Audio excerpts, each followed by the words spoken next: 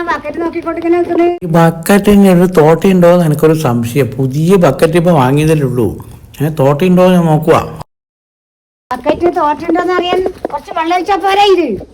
ചുട്ടു കൊള്ളുന്ന ചൂടല്ലേ, ഈ വെള്ളം കുടിക്കാൻ തന്നെ വെള്ളമില്ല. വെള്ളം ഇങ്ങനെ ബക്കറ്റിൽ വെച്ച് കളയണ്ടെന്ന് ചോദിച്ചിട്ടാണ് ഞാൻ അതങ്ങനെ നോക്കാത്തത്. മനസ്സിലായ? ഞാനൊരു കാര്യം പറയാൻ വന്നതാ, ചേട്ടന് എതിർപ്പൊന്നും പറയാൻ പാടില്ല. ഞാൻ എന്തോന്ന് എതിർപ്പ് പറയാനാകും? നീ എന്നെ ഒഴിവാക്കിട്ട് പോകാനുള്ള പരിപാടി ആയിരിക്കും അല്ലേ? പിന്നെ ഞാനെന്താ എന്നോട് പറയണ്ടത്? എന്നാ പിന്നെ അങ്ങനെ ആവട്ടെ. പക്ഷെ ഒരു കാര്യമായിട്ട് നീ എന്നെ വിട്ടിട്ട് ഇങ്ങനെ പോയാലേ എനക്ക് ആരാ ചോറും കറിയും വെച്ച് തരുവാ? നിങ്ങൾക്ക് ചോറും കറിയും വെച്ച് തരാനാണ് എന്നെ ഭാര്യ എന്ന് പറഞ്ഞാൽ ഇരുത്തുന്നു അല്ലേ?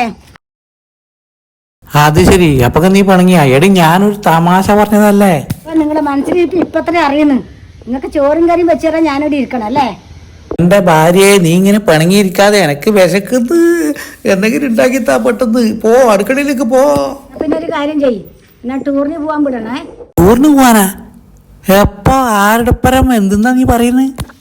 കുടുംബശ്രീന്ന് അവരെ ഭാര്യമാരും ഭർത്താക്കന്മാരും എല്ലാം കൂടെ ടൂറിന് പോകുന്നുണ്ട്. എന്നാൽ നമുക്കും പോകണം. അതാണോ വലിയ ആനക്കാര്യം? എപ്പോഴാണ് പോകുന്നത് ടൂറിന്? അടുത്ത ശനിയാഴ്ച രാവിലെ 10 മണിക്ക് എടുത്ത് ഇറങ്ങണം.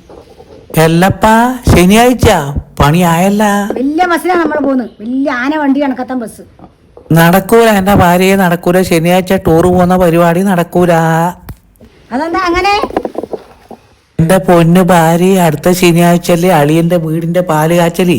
ആ ദിവസം എങ്ങനെ നമ്മൾ ടൂർ പോകും? അളിയെന്ന് പറയുന്നത് എന്റെ കൂടപ്പുറപ്പല്ലേ, അത് ഞാൻ അവനോട് പറഞ്ഞോളൂ. അതൊന്നും എനക്കറിയണ്ട. അളിയന്റെ വീടിന്റെ പാല് കാച്ചലിന് നമ്മൾ പോയേ പറ്റൂ. നീ എന്തെന്നാ ഈ പ്രാന്ത് പറയുന്നത്? അളിയൻ വന്നല്ല അളിയാ. നിങ്ങളൊരളിയൻ. അതെന്നാടി നിനക്ക് നിന്റെ ആങ്ങളേനെ കാണുമ്പോ ദേഷ്യം വരുന്നത്? അതെന്നാന്ന് രാവിലെ തന്നെ ഭാര്യയും ഭർത്താവും തമ്മിലൊരു കശപിച്ച. എടാ, എന്നെ കെട്ടിനോടൊന്ന് പറഞ്ഞ് മനസ്സിലാക്കിയാ നിന്റെ അളിയനല്ലേ? ഏടി, നീ ഒന്നും മിണ്ടാണ്ടിരിക്കും. രാവിലെ തന്നെ ഇങ്ങനെ കുഴപ്പമുണ്ടാക്കല്ലേ. അത് നിങ്ങളിങ്ങനെ വെറുതെ കശപിച്ച കൂടണ്ട. എന്ത് പ്രശ്നം ഉണ്ടെങ്കിലും നമുക്ക് പറഞ്ഞു തീർക്കാം കേട്ടോ. അളിയാ, ഇവള് പറയുന്നത് ഒരിക്കലും അംഗീകരിക്കാൻ പറ്റൂല. അതങ്ങനത്തെ ഒരു പ്രശ്നമാണ്. എന്റെ ആങ്ങളല്ലേ, നിനക്ക് കാര്യം പറഞ്ഞാൽ മനസ്സിലാവൂലേ?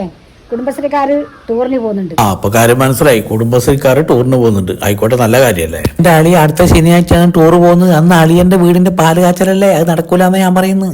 അളിയനെ വെറുപ്പിച്ചിട്ട് ഞാൻ ടൂറിന് വരൂല. കേട്ടുവാ, ഇതാണ് ഇയാളെ പ്രശ്നം. പറയുന്നത് കേട്ടില്ലേ? ചേച്ചി, അത് അളിയൻ പറഞ്ഞത് കറക്റ്റാണ്. എന്റെ വീടിന്റെ പാല് കാച്ചൽ വെച്ചിട്ട് നിങ്ങൾ ടൂറ് പോവാന്ന് പറഞ്ഞ് അത് നാണക്കേടാണ്. അത് നടക്കൂല.